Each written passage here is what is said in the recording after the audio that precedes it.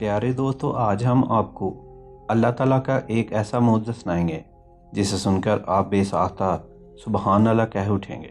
ये मौजज़ा एक गधे के पेट में से ज़ाहिर हुआ। ये जानने के लिए वीडियो को आखिर तक लाजमी देखिएगा। तो आइए आगाज़ करते हैं आज के हैरानकुन सच्चे वाक़ये का। साथियों, ये एक सच्ची कहानी है। एक गाँव में मोहम्मद अली नाम का शख्स रहता था जो एक गरीब शख्स था। 5 वक्त की नमाज बाकायदगी से बाजमात अदा करता था, नमाज और रोज़े का पाबंद, और हर वक्त अल्लाह ताला के ज़िक्र में रहता था। हर नमाज के बाद दुआ किया करता था कि या अल्लाह, तेरे ख़जाने में तो कोई कमी नहीं और तू जिसे चाहे बेशुमार नवाजे। तू चाहे तो मुझे वहाँ से रिज़्क अता फरमाए जहाँ से कोई सोच भी नहीं सके। मुझे अपनी जनाब से रिज़्क अता फरमा। वो गरीब शख्स था, उसकी 2 बेटियाँ थीं और 3 जवान बहनें थीं जिन्हें उसने शादी करवानी थी। बाप का इंतकाल हो चुका था, बूढ़ी माँ थी। एक दिन ऐसा हुआ कि वो शख्स शदीद बीमार हो गया और कई दिन बिस्तर पर पड़ा रहा। घर पर फाकों की नौबत आ गई। मजबूर बहनों को काम के लिए बाहर जाना पड़ा। ये बात उसके लिए तकलीफ़ का बायस थी कि वो इतना बेबस हो चुका है कि बहनों को काम करना पड़ रहा है। वो रोने लगा, फिर दुआ करने लगा कि अल्लाह, तो अपनी जनाब से वहाँ से रिज़्क दे कि जिसकी किसी को तवक्का ना हो। बेशक तू ही हक है, सब जानता है, तू ही मददगार है। उसको इस बात का मुकम्मल यकीन था कि अल्लाह ताला एक ना एक दिन उसकी दुआ लाजमी सुनेगा और उसको गैब से मदद फरमाएगा। एक दिन वो फजर के लिए मस्जिद गया। नमाज के बाद दुरूद पाक की तस्बीह की और अल्लाह से दुआएं कहने लगा, या अल्लाह, तू जानता है मेरे बाप का इंतकाल हो चुका है। वो अपनी 3 बेटियों की जिम्मेदारी मुझ पर छोड़ गए। मुझे अपनी जनाब से रिज़्क अता फरमा कि मैं ये जिम्मेदारी पूरी कर सकूं। तू वहाँ से भी दे सकता है जहाँ से कोई गमान भी नहीं कर सकता। साथियों, वो नमाज पढ़कर मस्जिद से बाहर आया तो उसे एक नौजवान मिला जिसके पास एक गधा था। उस नौजवान ने उसे रोका। मोहम्मद अली ने रुकने की वजह पूछी तो वो बोला कि आप मेरे इस गधे को ख़रीद सकते हैं, मैं इसको बेचना चाहता हूँ। उसने कहा कि मेरे पास तो अभी पैसे नहीं हैं, वरना मैं ज़रूर ख़रीद लेता। इस पर वो नौजवान बोला कि आप ये गधा मुझसे ले लें, क्योंकि मैं अभी इसको रख नहीं सकता। आप इस गधे से कमाकर बाद में मुझे रकम दे दीजिएगा। ये सुनकर आदमी ने सोचा कि शायद इसमें अल्लाह की रज़ा हो और उसकी गैबी मदद शामिल हो। उसने ये ऑफ़र कबूल की, गधे को लेकर घर आ गया। अगले दिन वो गधे को मंडी ले गया ताकि रोज़ी कमा सके और उसको काम भी मिल गया। बोरियां गधे पर लाद कर दूसरी जगह पहुंचाने लगा। उसने खुदा का शुक्र अदा किया कि उसने मदद फरमाई। अब वो कमाकर अपनी बहनों की शादियां कर सकेगा और बेटियों की अच्छी परवरिश कर पाएगा। साथियों, फिर एक दिन यूँ हुआ कि उसका गधा शदीद बीमार हो गया तो उसने एक शख्स को दिखाया। उसने कहा कि इसका पेट तो बहुत फूला हुआ है, क्या तुमने इसको बहुत ज़्यादा कुछ खिला दिया है या उसने ऐसा कुछ खा लिया है जिससे उसका पेट सूज गया हो? तुम इसको किसी जानवरों के हॉस्पिटल में दिखाओ। अगले दिन वो गधे को हॉस्पिटल ले गया, जहां डॉक्टर ने मुआयना किया और अल्ट्रासाउंड किया और बताया कि गधे के पेट में काफ़ी बड़ा कुछ धात नुमा टुकड़ा नज़र आ रहा है और इसको ऑपरेशन करके फौरी निकालना पड़ेगा, वरना गधा मर भी सकता है। बहरहाल दोस्तों, डॉक्टर ने गधे का ऑपरेशन किया और उसके पेट में से काफ़ी बड़ा धात का टुकड़ा बाहर निकाला, लेकिन गधे को नहीं बचा पाए।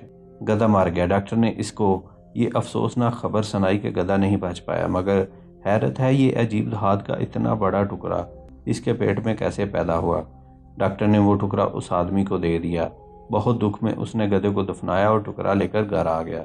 वो इस नागहानी आफत को सोच रहा था और हस्बे ममूल अल्लाह से दिल में दुआ कर रहा था कि तुम ही मददगार है और बेहतर वसीला बनाने वाला है।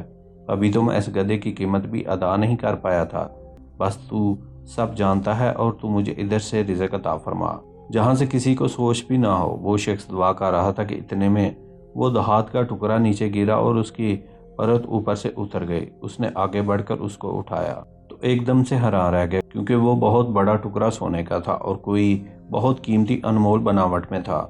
और वो बहुत हैरान हुआ और खुश भी अल्लाह का शुक्र अदा करने लगा।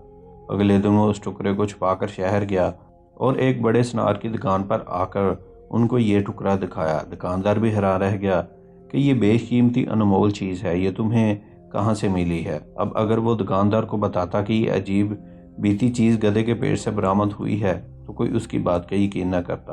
तो इसलिए उसने कहा कि ये चीज़ उसके बाप के इंतकाल के बाद सामान से उसे मिली है। बहरहाल साथियों, वो सोने की कीमती चीज़ दुकानदार ने अच्छी खासी कीमत पर उससे खरीद ली।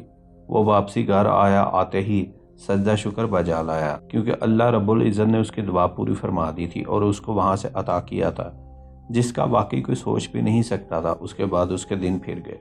उसने अपना घर बना लिया, बहनों की शादी धूमधाम से की और अपनी बेटियों माँ के साथ खुश व खुर्रम ज़िंदगी बताने लगा।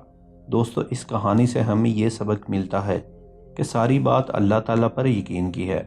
जिनका यकीन सिर्फ अल्लाह ताला की ज़ात मुबारक पर होता है और जो सिर्फ उसी से मदद मांगते हैं वो उनको ज़रूर अता फरमाता है। और बेशक इज़्ज़त और ज़िल्लत सिर्फ अल्लाह ताला के हाथ में है। कोई इंसान किसी को ना इज़्ज़त देना चाहे तो फिर सारी दुनिया मिलकर भी उसे ज़लील नहीं कर सकती, लेकिन अल्लाह ताला जब इज़्ज़त देता है तो फिर उसका इम्तहान भी लेता है। अल्लाह ताला पर यकीन हो तो इंसान हर इम्तहान कामयाबी से हासिल कर लेता है। ज़िंदगी में अगर कोई नाहक आपके किरदार को दागदार करने के लिए चौराहे पर क्यों ना मजमा जमा कर ले, उस वक्त भी इत्मीनान रखें कि इज़्ज़त और ज़िल्लत सिर्फ अल्लाह ताला के हाथ में है। इंसान कितना भी सरकश क्यों ना हो, वो अपनी ज़ुबान से सिर्फ नाज़ेबा कलमात ही निकाल सकता है, लेकिन इंसान के हाथ में सिर्फ मेहनत और कोशिश है। कामयाबी अल्लाह देता है। बेशक इज़्ज़त और ज़िल्लत दोनों अल्लाह ही के हाथ में है। अल्लाह जिसे चाहे हुकूमत दे दे और जिसे चाहे छीन ले, जिसे चाहे इज़्ज़त बख्शे और जिसे चाहे ज़लील कर दे।